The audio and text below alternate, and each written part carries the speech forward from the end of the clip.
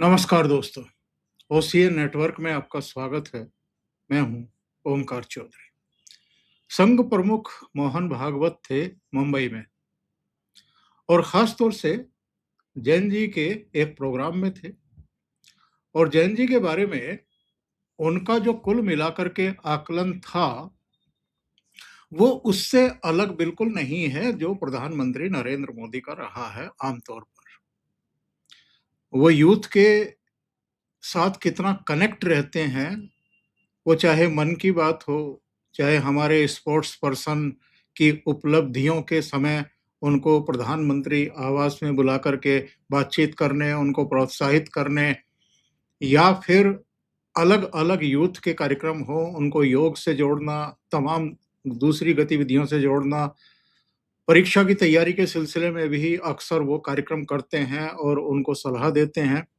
लेकिन पिछले कुछ दिनों से कुछ ऐसा माहौल, एक ऐसा परसेप्शन देश में निर्मित किया गया कि जैसे मोदी सरकार पूरे यूथ की, पूरे जैन जी की उपेक्षा करती है, उनकी सुनवाई नहीं करती है और अगर वो जंतर मंतर पर आंदोलन के लिए मजबूर हुए हैं और अगर वो संसद पर चढ़ाई करने वाले थे और पुलिस के रोकने पर जो झड़पें हुई और दोनों तरफ से लोग घायल हुए, उसके लिए कोई और नहीं बल्कि सरकार जिम्मेदार है। हालांकि बाद में बहुत सारी चीजें सामने आ चुकी हैं, वहां किस किस तरह के तत्वों को ले जाकर के बैठा दिया गया था। 2800 के आसपास संदिग्ध थे, जिनमें से 989 की पहचान अपराधियों के रूप में हुई है। तो वो वहां क्या कर रहे थे जैन जी के आंदोलन में? क्या वो स्टूडेंट थे या अपराधी थे? और उनको वहां ले जाए जाने का मकसद क्या था? जैन जी के बीच में इस तरह की घुसपैठ करा करके पूरे आंदोलन को डिरेल करना, सरकार को बदनाम करने की कोशिश करना, एक बहाना ढूंढना, ये सब हमें लगा कि ये जंतर मंतर और दूसरे आंदोलनों में भी जिस तरीके के तत्वों को ले जाया जाता है और फिर खेल खराब किया जाता है, वो चीजें जारी हैं। लेकिन मोहन भागवत साहब ने क्या कहा है और उसका मतलब क्या है, उस पर आने से पहले आज के अपने अतिथि का स्वागत कर लेते हैं। जयपुर से जुड़ गए हैं एकलव्य सिंह। एकलव्य जी, बहुत स्वागत है। नमस्कार। सर प्रणाम। आपके सभी दर्शकों को नमस्कार सर। देखिए, मोहन भागवत साहब ने जो बड़ी-बड़ी बातें कही हैं, उसमें उनका कहना ये है कि जैन जी और जैन अल्फा, ये आज की जो नई पीढ़ी है, ये पुरानी पीढ़ी से ज़्यादा देशभक्त है और ईमानदार भी है। उनका कहना ये है कि छात्र देश विरोधी नहीं हैं। दूसरी अहम बात उन्होंने कहा है कि जो आंदोलन है, उसमें संवाद होना चाहिए। आंदोलन और संवाद, इसका एक तरीका तलाश करना पड़ेगा और उन्होंने कहा कि शिकायतें और मांगें जायज़ हैं, मोटे तौर पर जितनी उन्होंने देखी हैं। और ये भी उन्होंने माना कि कहीं न कहीं संवादहीनता की स्थिति थी। संवाद में कमी थी, बातचीत में कमी थी और शिक्षा व्यवस्था में और सुधार की ज़रूरत है। और आदेश नहीं, बल्कि संवाद चाहिए और पूरी सच्चाई जानना ज़रूरी है कि वहाँ एक्चुअल में हुआ क्या है। क्योंकि सोशल मीडिया पर भी और पॉलिटिकल पार्टियों के द्वारा, जमात के द्वारा भी बहुत सारी बातें कही जा रही हैं। उनका इशारा शायद उस तरफ था कि जो घटनाएँ हुई नहीं हैं, उनको भी प्रचारित किया जा रहा है कि गोली चलाई गई, पेलेट गन चलाई गई, ये किया गया, वो किया गया। ये सारी चीज़ें अतिरंजित तरीके से और मुझे लगता है कि दुर्भावनापूर्ण तरीके से सरकार को बदनाम करने के लिए और जैन जी के मन में सरकार के प्रति खटास लाने के लिए ये सब किया जा रहा है, जो एक तौर तरीका बन गया है इस देश में। जी, एकलव्य। सर देखिए, मुझे ऐसा लगता है कि यही सबसे बड़ी ताकत है सर, एक तरह से बीजेपी की, और जिसे ये लोग राइट विंग इकोसिस्टम कहते हैं। सर जो एक तरह से जो उनका आइडियोलॉजिकल विंग है सबसे बड़ा, या कह सकते हैं कि जहां से वो अपनी आइडियोलॉजी को डिराइव करते हैं बीजेपी, आप देखिए सर कि मोहन भागवत जी जो बातें कर रहे थे वो वही कर सकता है जिसके लिए कि समाज निर्माण या समाज का हित जो है वो व्यक्तिगत हित या अपने ऑर्गेनाइजेशन के हित से ऊपर होता है सर। तो मोहन भागवत जी ने कुछ बहुत अच्छी बातें कही सर, और मुझे तो लगता है कि यदि हमारे देश के जो जिन जेन अल्फा या जेन जी की बात कर रहे थे, अगर इस तरह से नॉर्मल पेरेंट्स अगर इतना खुल के अपने बच्चों से बात कर पाएंगे तो आधी समस्याओं का हल तो वहीं पे हो जाएगा सर। प्रॉब्लम ये नहीं होती सर कि सबके पॉलिटिकल ओपिनियंस होते हैं, पॉलिटिकल ओपिनियन होना चाहिए। और मैं तो हमेशा मानता हूं सर कि अगर पॉलिटिकली ओपिनियनेटेड नहीं होंगे हम, हर बात में अगर बिना बात के न्यूट्रल होने की सोचेंगे तो वो ज्यादा बड़ी प्रॉब्लम है। बस neutral for the sake of being neutral कभी नहीं होना चाहिए, ओपिनियनेटेड होना चाहिए, लेकिन हाँ उसका एक तर्क होना चाहिए, तर्क संगत, जैसे कि उन्होंने जिस हमारी परंपरा को डिस्क्राइब करा, शास्त्रार्थ जिसे कहते हैं और आज अंग्रेजी में हम डिबेट कहते हैं, वो बहुत नेसेसरी है सर।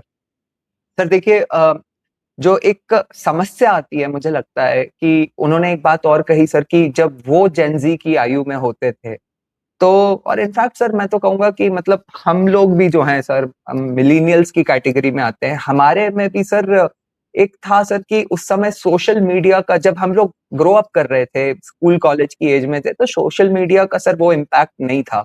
तो बड़ी सिंपल सी बात है सर कि फिर हम अपनी इंफॉर्मेशन के लिए जिस सोर्स को ट्रस्ट करते थे वो हमारे घर के बड़े, स्कूल में टीचर्स या जो हमसे एज में बड़े होते थे, हम उनसे जो इंफॉर्मेशन डिराइव करते थे उसको ट्रस्ट करते थे। और दूसरी बात ये भी है सर कि उस समय जो मिडिल क्लास सेगमेंट था सबसे बड़ा इंडिया का, आज भी है, उसमें क्या था सर कि जो मतलब जीवन का जो अनुभव होता था सर वो धरातल का ज्यादा होता था। आप मतलब इतने सोर्सेज नहीं होते थे तो आप एक कॉलेज स्कूल में बड़ी जैसे कहते हैं ना नॉर्मल मीडियोकर लाइफ जीते थे, तो जीवन का अनुभव भी आपको जैसे कहते हैं धरातल का अनुभव ज्यादा मिलता था।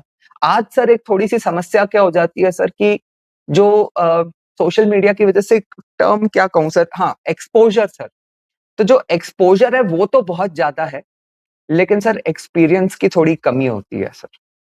तो मतलब bombardment of information without experience, यहाँ थोड़ा सा जो है सर डेंजर बनता है, और उस डेंजर में मैं समझता हूँ कि संवाद बहुत ज्यादा इंपॉर्टेंट हो जाता है सर।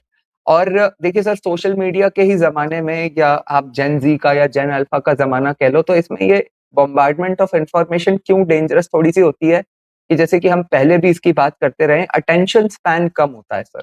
तो अटेंशन स्पैन कम होता है तो इसमें क्या होता है कि आप 30 सेकंड की, 1 मिनट की रील बनाते हो, और उसके अलावा सर जो हम एल्गोरिथमिक बायस की बात करते हैं, जिस तरह की रील आपने एक बार देख ली, जिस तरह का ओपिनियन फॉर्म कर लिया, तो आपके फीड पे ज्यादातर उसी से संबंधित रील्स आती रहती हैं, आप वही देखते जाते हो और उस चीज को अपने ओपिनियन को फर्दर जस्टिफाई करते जाते हो, चाहे वो राइट विंग हो, चाहे लेफ्ट विंग हो, चाहे किसी भी ओपिनियन पे आप उसी तरह से फिर अपना एक डायरेक्शन और आइडियोलॉजी को फॉर्म करते हो। अब सर दूसरी प्रॉब्लम क्या है कि शॉर्ट अटेंशन स्पैन की वजह से एक दूसरी प्रॉब्लम ये आती है कि आपकी आदत छूट जाती है रिसर्च की, कि आप कोई 10 पन्ने की भी चीज ढंग से एक रीडिंग करके तथ्यों को समझो, ये सर इसकी आदत छूट जाती है। तो इस केस में जो सबसे अच्छी चीज हो सकती है, जिसमें मैं समझता हूँ, जिसमें लोग कहते हैं ना सर कि जो एक्सचेंज ऑफ आइडियाज कह लीजिए या जो भी, सबसे अच्छी जो लर्निंग होती है सर वो डिबेट में ही होती है। अगर संवाद होता है तो वो बहुत अच्छा होता है सर, क्योंकि वो हमेशा एंगेजिंग होता है, बोरिंग नहीं होता। और खास करके सर जब कॉन्फ्लिक्टिंग व्यू पॉइंट्स होते हैं तो वो और भी इंटरेस्टिंग हो जाता है। अब सर दुर्भाग्यपूर्ण बात एक और क्या हो जाती है, जो मैंने ही अपने कई फ्रेंड्स में देखा है, अपने बच्चों के फ्रेंड्स में देखा है, कि कई बार क्या होता है सर, इस तरह की बातें होती है कि भाई पॉलिटिक्स पे बात नहीं करेंगे, फिर लड़ाई हो जाएगी यार, लड़ाई हो जाएगी, पॉलिटिक्स पे बात नहीं करेंगे, ये सेंसिटिव चीजें, इसको छोड़ दो। बड़े बड़े सर्कल्स में भी सर, इनफैक्ट मतलब मैंने तो देखा है सर, आप लोगों की उम्र के सर्कल में भी कई बार आजकल ऐसा होता है कि यार पॉलिटिक्स छोड़ते हैं, उस पर बात नहीं करेंगे। अरे क्यों नहीं करेंगे? आइडिया ही तो ये है कि आप कॉन्फ्लिक्टिंग व्यू पॉइंट्स एक दूसरे से डिस्कस कर पाओ बिना खटास के, मतलब व्यक्तिगत खटास के। तो वो जब होता है सर, तो मुझे लगता है कि जो मोहन भागवत जी जिस तरफ पॉइंट कर रहे थे, वो मेरे ख्याल से कोई अचीव कर पाता है। आंदोलन मतलब पहले तो अगर आपके डायलॉग हो जाए तो वो तो बहुत ही अच्छी बात है। लेकिन अगर फिर भी अगर बात नहीं बन पाए, उसके बाद अगर आंदोलन भी हो, तो आंदोलन में भी मतलब एक हिंसक रूप धारण कर लेना या फिर एक धारणा बना लेना कि तुम तो मेरे दुश्मन ही हो, इससे नहीं होता सर। इससे ये होता है कि हम तो कुछ भी हो जाए अपने पॉइंट स्ट्रांगली रखेंगे, सामने वाला भी रखता है, और फिर फाइनली आप कहीं न कहीं एक कंसेंसस पे पहुँच पाते हो। तो मेरे ख्याल से तो सर ये जो जेन ज़ी को जो एक तरह से ज्ञान का जो एक दर्शन दिया है मोहन भागवत जी ने, ये किसी तरह से ज़्यादा लोगों तक पहुँचे, और पेरेंट्स भी समझे सर कि इसी तरह अपने बच्चों को समझाना चाहिए कि अगर कोई इश्यू हो तो इसको डिस्कस करो, उसके बारे में संवाद करो, गलत सही कुछ नहीं होता, दोनों तरफ से आइडियाज़ होते हैं, और हाँ, हर चीज़ की एक लकीर होती है। जैसे और एक फंडामेंटल चीज़ होनी चाहिए सर कि ये समझना चाहिए कि हमारा पर्पस ऑफ डायलॉग या पर्पस ऑफ प्रोटेस्ट जो है, एक ऑब्जेक्टिव अचीव करना है। एक दूसरे को डिवाइड करके और एक दूसरे के दुश्मन बन जाना नहीं है। तो ये बहुत अच्छी मैसेजिंग थी सर इसमें। सर म्यूट पे हैं आप। जी, उन्होंने कहा है कि पुरानी पीढ़ी जो है, वो आदेशों का पालन करती थी, लेकिन आज की पीढ़ी सवाल पूछती है। हमें उन पर शक्ति आजमाने के बजाय खुले मन से उन सवालों पर चर्चा करनी चाहिए। एक नहीं सर, बेसिक मैं अंतर एक जो बेसिक अंतर है, क्योंकि मुझे याद है कि हम लोग जब स्कूल से, कॉलेज से निकल भी आए, बाहर आ गए, जॉब करने लगे और थोड़ा बहुत नाम भी हो गया था अखबार के ज़रिए। तो जब गाँव जाते थे, जब पुराने कॉलेज जाते थे और वहाँ जो भी हमारे पढ़ाने वाले टीचर मिलते थे, तो अपने आप ही उनके पाँव में हाथ नीचे चला जाता था, आशीर्वाद लेने के लिए। तो ये हमारी पीढ़ी के संस्कार थे। आज की पीढ़ी के शायद संस्कार दूसरे हैं। क्या घर में कहीं कोई कमी है? क्योंकि पहला जो गुरु है, वो माँ को माना गया है। दूसरा गुरु, क्योंकि पिता के समय तो पिता के पास तो टाइम इतना ना पहले था, ना आज की तारीख में होता है। वो कोल्हू का बैल ही बना रहता है। आजकल मदर्स भी वर्किंग हो गई हैं, तो टाइम उनके पास भी नहीं है, लेकिन फिर भी बच्चों का जो ज़्यादा लगाव है, बेटियों का पिता से और बेटे का माँ की तरफ ही झुकाव रहता है और लगाव भी रहता है। तो माँ को और गुरु को, जो आपके प्राथमिक शिक्षा में या आजकल ये आपके मोंटेसरी स्कूल और जो आजकल के आपके अंग्रेजी माध्यम के स्कूल हैं, उनके बच्चों गुरुओं को माना गया है कि वो सही मार्गदर्शक हैं। लेकिन क्या इतना समय रह गया है पेरेंट्स के पास भी और कथित गुरुओं के पास भी कि वो बच्चों को नैतिक शिक्षा दे सकें, सही क्या है इसको समझा सकें, गलत क्या है इसको बता सकें? सर एक्चुअली जो आप मम्मी-पापा वाली बात कर रहे हैं, देखिए सर, मैं भी एक जॉइंट फैमिली में रहता हूँ, और मैं तो, और ऐसा नहीं है कि मेरे पास बच्चों के लिए टाइम नहीं होता या मेरी जो धर्मपत्नी है उनके पास टाइम नहीं होता, लेकिन फिर भी मैं कहूँगा कि सर जो हमारे यहाँ जो हमारे बच्चों को प्राथमिक शिक्षा मिलती है, वो उनके ग्रैंड पेरेंट्स से मिलती है सर। और मुझे ऐसा लगता है सर कि ये जो हिंदू जॉइंट फैमिली का जो ओवर द इयर्स डिटीरियोरेशन हुआ है सर, कि मतलब आप लोगों के टाइम में क्या होता था सर, कि जो करियर नीड्स होती थी, उसकी वजह से लोग अपनी फैमिली को या शहर को छोड़ के दूसरी जगह पे निकलते थे। आज माइंडसेट ये हो चुका है सर, जैसे मतलब लोग मॉडर्न समझते हैं, बट वो एक्चुअली एक वेस्टर्न माइंडसेट है कि अपने पेरेंट्स से सेपरेशन का मतलब है इंडिपेंडेंस। कि मैं मतलब just for the sake of कि मैं अपनी एक लाइफ अपने बलबूते पे अलग बनाऊंगा, ये करूंगा, वो करूंगा।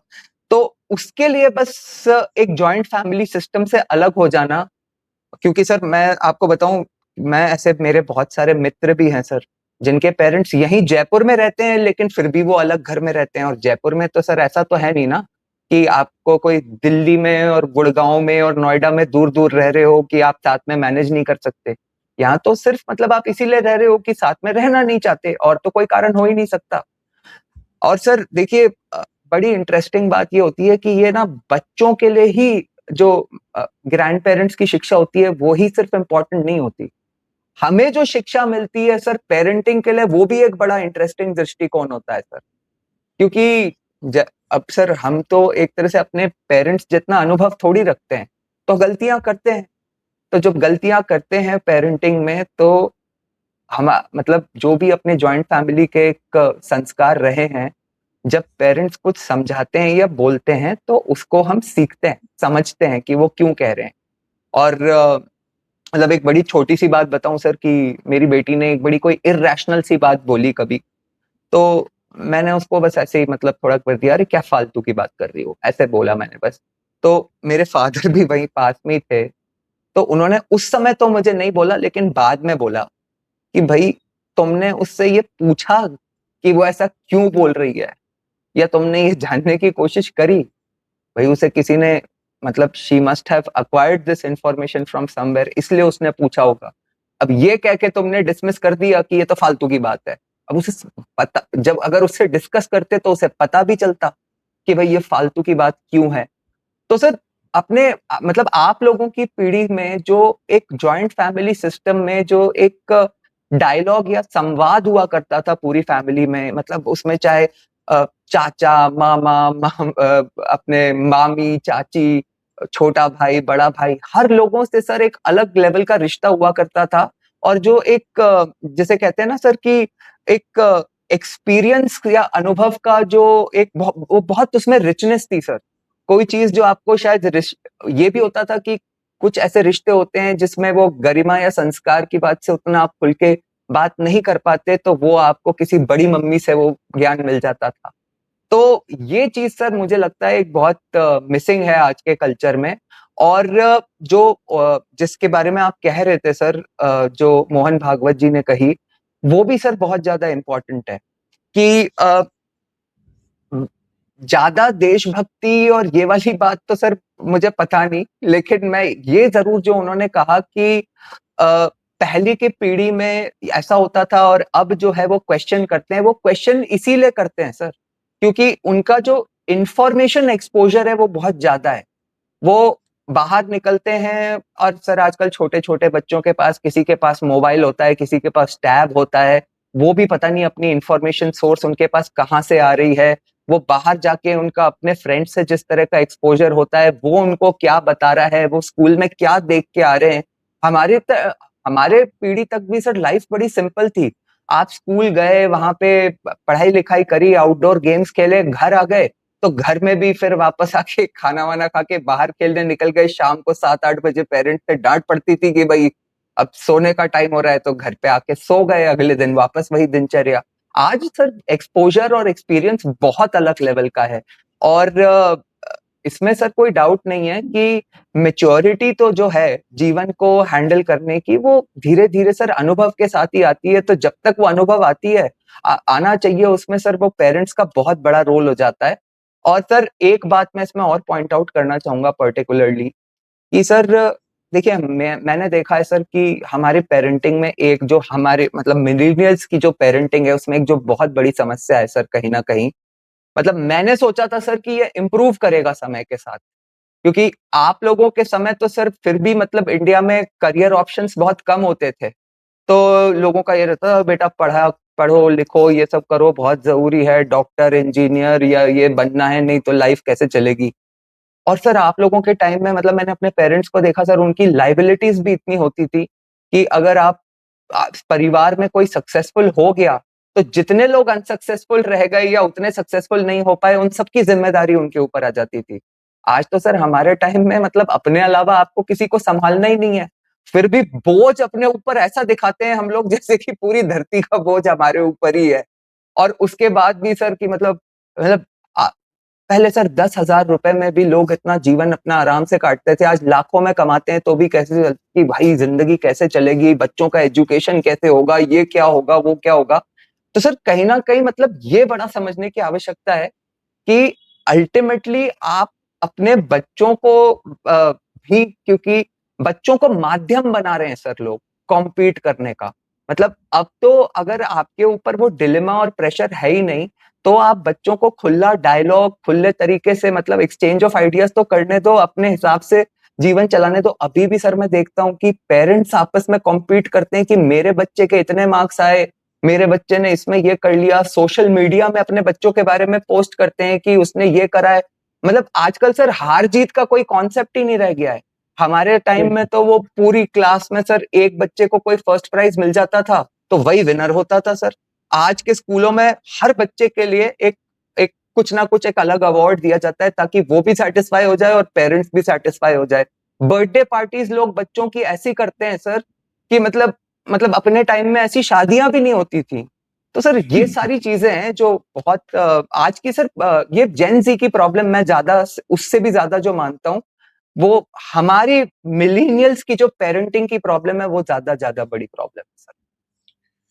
चलिए अब अगले विषय पर चलते हैं। वैसे प्रधानमंत्री नरेंद्र मोदी ने भी जो अपना उनका संबोधन था जिसमें उन्होंने कहा था कि जिन्होंने मुझे मेरी माँ को गालियां दी हैं मैं उनको माफ करता हूँ, आगे बढ़ते हैं, आइए सब लोग साथ मिलकर के देश को आगे लेकर के जाते हैं। उसमें भी उन्होंने कहा था कि कई बार हमारे दांतों से हमारी जीभ दब जाती है तो हम दांतों को तोड़ करके नहीं फेंक देते हैं।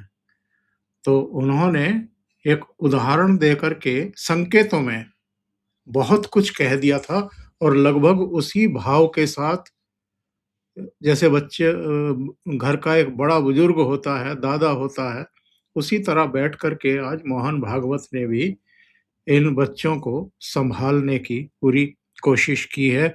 लेकिन आज रात तक ही या कल देखेंगे हम, इस पर भी जम करके राजनीति की जाएगी। और चूँकि आरएसएस को गालियाँ देनी होती हैं कुछ लोगों को खुश करने के लिए, तो वो इसमें भी कुछ ना कुछ मीन मेख निकाल लाएँगे और फिर वो उल्टी-सीधी बातें कह कर के इस पीढ़ी को फिर से भड़काने की कोशिश करेंगे। सर आपकी अब अनुमति से एक छोटा सा पॉइंट इसमें ऐड कर दे रहा हूँ सर। आज एक रील जो है बहुत जबरदस्त चल रही थी सर इंस्टाग्राम पे। देखिए सर मोहन भागवत जी का वीडियो तो लंबा था और इसमें इतनी सकारात्मक बातें हुई, ना जाने ये कितने लोगों के पास पहुंचेगी या नहीं पहुंचेगी। लेकिन मैं आपको बताऊं सर आज रील जेन जी के पास कौन सी पहुंच रही है और खूब चल रही है। वो ये पहुंच रही है सर कि राहुल गांधी और प्रियंका गांधी जो है बारिश में संसद के बाहर खड़े हुए हैं। बाकियों ने छाता ले रखा है लेकिन वो बारिश में भीगते भीगते ऐसे कर रहे हैं और उसका वीडियो का जो टाइटल लिखा है वो और जो उसमें गाना लगा रखा है उसका वो फेमस गाना है अनस्टॉपेबल। तो मतलब आप अपने आप को क्या अनस्टॉपेबल ये बता रहे हो कि आपने देश की संसद को स्टॉल कर रखा है। मतलब जहां पे टैक्स पेयर्स के इस देश के हजारों करोड़ों रुपए लग के जो संसद चलती है उसको स्टॉल कर रखा है। आप चर्चा ही नहीं करना चाहते किसी बात पे। और ये तो मतलब आप जेन जी को क्या मोटिवेट, और फिर आप अपने आप को एज अ हीरो दिखा रहे हो कि बारिश में अपने आप को भीगना और पार्लियामेंट को स्टॉल कर देना ये कोई मैटर ऑफ प्राइड है। 30 नहीं, सेकेंड्स में किस आप ये लिए भीग किस लिए रहे हैं? क्यों भीग रहे हैं? कोई मतलब छाता नहीं था या ऐसी मजबूरी थी कि बाहर खड़े होना है आपको, या आपकी गाड़ी खराब हो गई थी, वो आ नहीं रही थी, या आपके कांग्रेस के दूसरे सांसदों के पास कोई गाड़ी नहीं है, या लोकसभा सचिवालय के पास गाड़ी नहीं है जिसमें वो आपको किसी भेज सकते घर। आप खड़े क्यों थे? वो भीग क्यों रहे थे? सर 7 लोग छाता लेके आ गए थे। जब वो उसका आप अगर पूरा वीडियो देखेंगे तो जब राहुल गांधी उस सीढ़ियों से उतर रहे थे तो 7 लोग छाता लेके आ गए थे। तो राहुल गांधी ने कहा अरे हटो हटो हटो हटो। तो मतलब मुझे आप ऐसे बेसिक ही भीगते हुए वीडियो बनवाना है। बस सर सस्ती पब्लिसिटी सर। लेकिन ठीक है सर, मैं एक बात है कि मैं देखिए वो जो जो जेनजी की हमने जो वो जंतर मंतर वाली जेनजी देखी, ठीक है वो एक माहौल बना और इंस्टाग्राम की एल्गोरिथम से कई लोगों को ऐसा संदेश गया कि जैसे यही हमारी जेनजी है। लेकिन वो हमारी जेनजी नहीं है सर। उस रील की जो ट्रोलिंग हो रही है वो भी जेनजी ही कर रही है। अगले विषय पर बात करना चाहता था लेकिन समय हो रहा है, वीडियो को लंबा सर करना नहीं चाहता, सर इसलिए उस विषय पर अलग से कल बात करेंगे। बहुत-बहुत धन्यवाद एकलव्य आपका जुड़ने के लिए और एक महत्वपूर्ण मुद्दे पर चर्चा करने के लिए। और दर्शकों से निवेदन है, आपको ये चर्चा अच्छी लगी हो तो लाइक का बटन दबा दें, वीडियो को शेयर कर लें। चैनल अभी तक सब्सक्राइब ना किया हो तो सब्सक्राइब कर लें। एक महत्वपूर्ण सूचना ये है कि हमारे पास 2 चैनल हैं, ocean network, Omkar Chaudhary show. एक बड़ा कन्फ्यूजन सा क्रिएट हो गया था क्योंकि दोनों पॉलिटिकल इश्यूज़ पर ही चर्चा वाले चैनल थे। सोच विचार करके हमने ये एक फैसला किया है कि जो ओमकार चौधरी शो है, जिस पर हम इस समय बात कर रहे हैं, ये डोमेस्टिक पॉलिटिक्स के लिए रहेगा, घटनाओं, परिघटनाओं के लिए और तमाम दूसरी गतिविधियों के लिए रहेगा। और जो ओशियन नेटवर्क है, जो हमारा पुराना चैनल है, वो अब अंतर्राष्ट्रीय घटनाओं के लिए रहेगा, अंतर्राष्ट्रीय मसलों के डिस्कशन के लिए रहेगा। तो जो विद्वान हैं, जियोपॉलिटिकल मामलों के और रक्षा सुरक्षा से जुड़े हुए, वो ओशियन नेटवर्क पर आपको सुनने को मिला करेंगे और यहाँ पर डोमेस्टिक पॉलिटिक्स और यहाँ की घटनाओं के बारे में आपको जानकारी मिला तो करेगी। एफसीआरए तो दोनों पे ही चलाना पड़ेगा सर आपको। एफसीआरए पर मेरी जो केवल यहाँ के लिए बात हुई है, वो मैं ओशियन नेटवर्क वर्क पर नहीं, ओमकार चौधरी शो पर चलाऊँगा। हाँ, अमेरिका में जो हमारे मित्र बैठे हैं, उन्होंने अमेरिका के हवाले से जो बात की है, एफसीआरए पर, वो हम अब अंतर्राष्ट्रीय चैनल पर चलाएँगे, ग्लोबल चैनल पर चलाएँगे। सर, बहुत-बहुत धन्यवाद एकलव्य आपका और प्रणाम सर, सभी थैंक यू सर। नमस्कार।